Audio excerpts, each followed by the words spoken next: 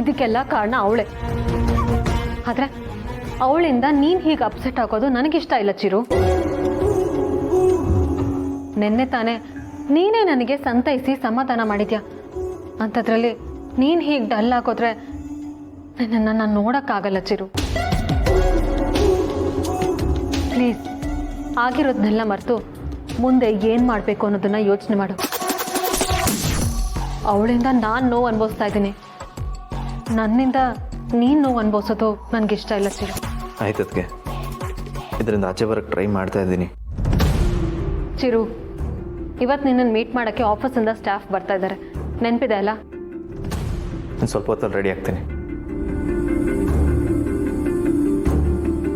ಇಲ್ಲಿ ನಾನು ಅದಕ್ಕೆ ಮಾತಾಡ್ತಾ ಇದ್ದೀವಿ, ಒಳ್ಳೆ ಹಿಂಗೆ ಬರ್ತಿರಲ್ಲ, ಸ್ವಲ್ಪ ಮ್ಯಾನಸ್ ಅನ್ನೋದೇ ಇಲ್ವಾ ನಿಮಗೆ?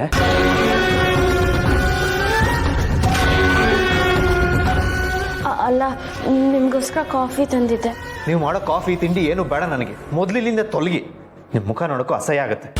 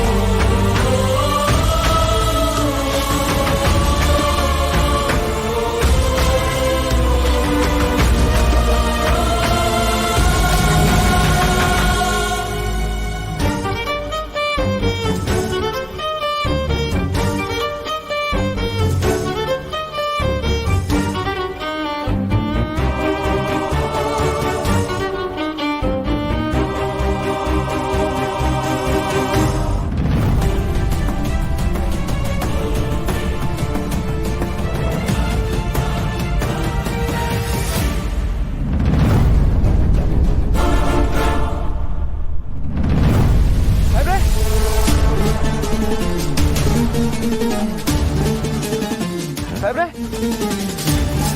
ಸಾಹೇಬ್ರೆ, ಸಾಹೇಬ್ರೆ,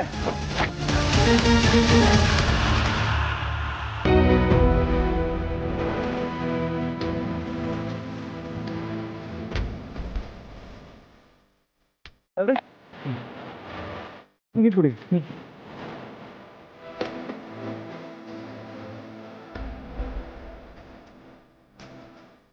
ಬನ್ನಿ, ಮನೆ ಮಾಡೋಣ ಬನ್ನಿ.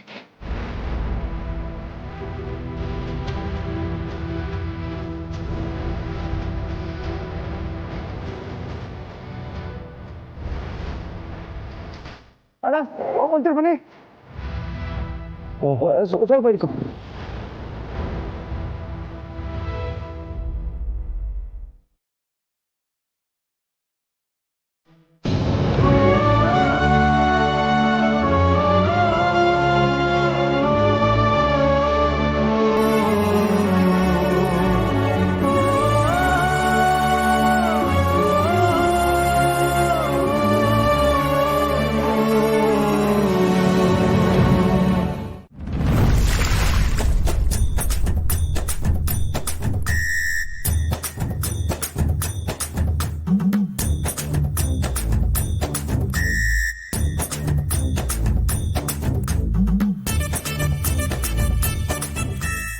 ಮಾಡ್ತಿದ್ದೀರಾ?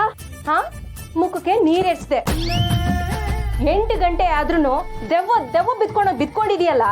ನಿಮ್ ಕಸನ ಬಂದ್ಬಿಟ್ಟು ನಿಮ್ಮ ಅಪ್ಪ ಬಂದು ಗುಡಿಸ್ತಾನ, ಇಲ್ಲ ಪಾತ್ರೆನ ನಿಮ್ಮ ಅವ್ವ ಬಂದು ತೊಳಿತಾಳ? ನಾನ್ ಅದನ್ನೆಲ್ಲ ಮಾಡ್ಬೇಕಾ? ಇನ್ನೇನು, ನಾನ್ ರೆಡಿ ಮಾಡಕ್ಕಾಗತ್ತಾ? ಅಷ್ಟೇ ಅಲ್ಲಮ್ಮ, ಕಾಫಿನೂ ನೀನೇ ಮಾಡ್ಬೇಕು, ಊಟ ತಿಂಡಿನೂ ನೀನೇ ರೆಡಿ ಮಾಡ್ಬೇಕು, ಆಯ್ತಾ? ಏನಾಗಿದೆ ನಿಮ್ಗೆ? ಬೆಳಗ್ಗೆ ಬೆಳಗ್ಗೆ ಯಾಕೆ ಈ ತರ ಮಾಡ್ತಿದ್ದೀರಾ? ನನ್ಗೆ ಕೆಲಸ ಹೇಳೋಷ್ಟು ಅಹಂಕಾರನ? ಅರವಿಂದ್, ಅರವಿಂದ್, ನಮಸ್ಕಾರ ಕಣಕ್ಕ. ನೀವಾ? ಆಕ್ಟಿಂಗು ಪಾರ್ಟು ಡೇಟು ಹೇಗಿದೆ ಚಮಕು? ಇವರು ಈ ಟಾಸ್ಕ್ ಅಲ್ಲಿ ಘಟಮಾಣಿ ಅತ್ತೆ, ನೀವು ಅಯ್ಯೋ ಪಾಪ ಸೊಸೆ. ಹಾಗಾದ್ರೆ ಅರವಿಂದು ಕೈ ಹಾಕ್ದಿರೋ ಗಂಡ, ಗುಂಡಾಡಿ ಗೊಂಡ. ಸರ್, ಏನ್ ಸರ್? ಅಲ್ಲಪ್ಪ, ಅಮ್ಮನ ಪೃಥ್ವಿ ಮಗ. ಅಮ್ಮ ಏನ್ ಹೇಳ್ತಾಳೋ ಅದನ್ನೇ ಮಾಡ್ತಾನೆ. ನೀವು ಘಟವಾಣಿ ಅತ್ತೆ ಆದ್ರೆ ನೀವು ನೋವು ಅನ್ಭವಿಸೋ ಸೊಸೆಯಾಗಿ ಆಕ್ಟ್ ಮಾಡ್ಬೇಕಮ್ಮ. ಬಾ, ಇವತ್ತಿದೆ ನಿನ್ಗೆ ಚೆನ್ನಾಗಿ ಕಾಟ ಕೊಡ್ತೀನಿ. ನಿಮ್ಮ ನೋವು ಜನರಿಗೆ ಅಯ್ಯೋ ಅನ್ಸ್ಬೇಕಮ್ಮ. ಆಗಲೇ ಇಂಡಸ್ಟ್ರಿಯಲ್ಲಿ ನೀವು ಇನ್ನೊಬ್ಬ ಶ್ರುತಿ ಆಗೋದು.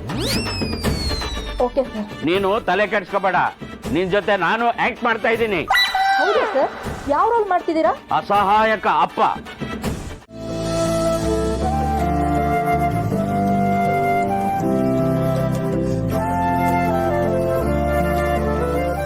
ಅಂಬುಜಾ, ನೀನು ನಿಮ್ಮ ಅತ್ತಿಗೆ ಇಬ್ಬರು ತಿಂಡಿ ತಿನ್ಕೊಳ್ಳಿ. ನನ್ನ ತಿಂಡಿ ಆಯ್ತಣ್ಣ. ನಿಮ್ಮ ಅತ್ತಿಗೆ ಬಿಟ್ಟು ನೀ ತಿಂಡಿ ತಿನ್ಬಿಟ್ಯಾ? ಅದ್ಯಾವಾಗಲೇ ತಿಂದೆ? ನೀನು ಬರೋಕ್ಕೊಂದು 5 ನಿಮಿಷ ಮುಂಚೆ ತಿಂದೆ ಅಣ್ಣ. ಅದು ರಾತ್ರಿ ಬೇರೆ ಊಟ ಮಾಡಿರ್ಲಿಲ್ಲಲ್ಲ, BP ಏನೋ ಕಡಿಮೆ ಅಂತ ಅನಿಸ್ತಿತ್ತು, ಅದಕ್ಕೆ ತಿನ್ಬಿಟ್ಟೆ. ದೊಡ್ಡ ಡಾಕ್ಟ್ರುಗಳು. ನರಸಿಂಹ, ಬಾಪ ತಿಂಡಿ ತಿನ್ನುವಂತೆ.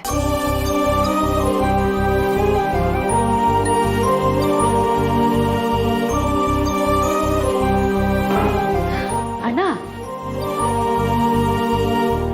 ಆ ಮನೇಲಿ ಏನಾಗಿದೆಯೋ ಏನೋ. ದೀಪಗೊಂದು ಫೋನ್ ಮಾಡಿ ತಿಳ್ಕೊಬೋದಲ್ವಾ ಅಣ್ಣ? ಹೌದು ರೀ, ಅಂಬುಜ ಹೇಳ್ತಾ ಇರೋದು ಸರಿಯಾಗಿದೆ. ನೀವು ದೀಪಗೆ ಒಂದು ಫೋನ್ ಮಾಡಿಬಿಟ್ಟು ಯಾಕೆ ಹಾಗೆ ಮಾಡಿದೆ ಅಂತ ಕೇಳಿ, ಆಗ ಅವಳು ಏನೇ ಹೇಳ್ತಾಳೋ ನೋಡೋಣ.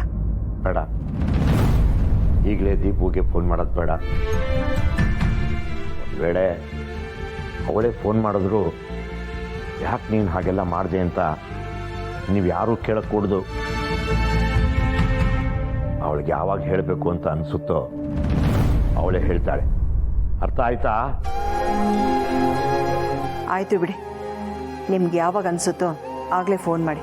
ನಾನು ಡ್ಯೂಟಿಗೆ ರಜೆ ಹಾಕಿಲ್ಲ, ಸ್ಟೇಷನ್ಗೆ ಹೋಗ್ತೀನಿ.